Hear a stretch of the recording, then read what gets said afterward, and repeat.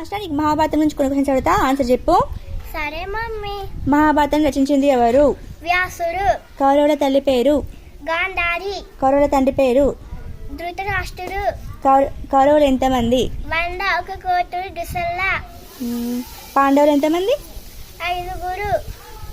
ధర్మరాజు, భీముడు, అర్జునుడు, నకులుడు, సహదేవుడు. పాండవుల తండ్రి? పాండురాజు. పాండురాజు భార్యలు? కుంతి, మాద్రి. కౌరవ పాండవుల యొక్క గురువు? ద్రోణాచార్యుడు. ద్రోణాచార్యుని కొడుకు? అశ్వత్థామ. పాండవుల భార్య? ద్రౌపది. ద్రౌపది వాళ్ళ తండ్రి?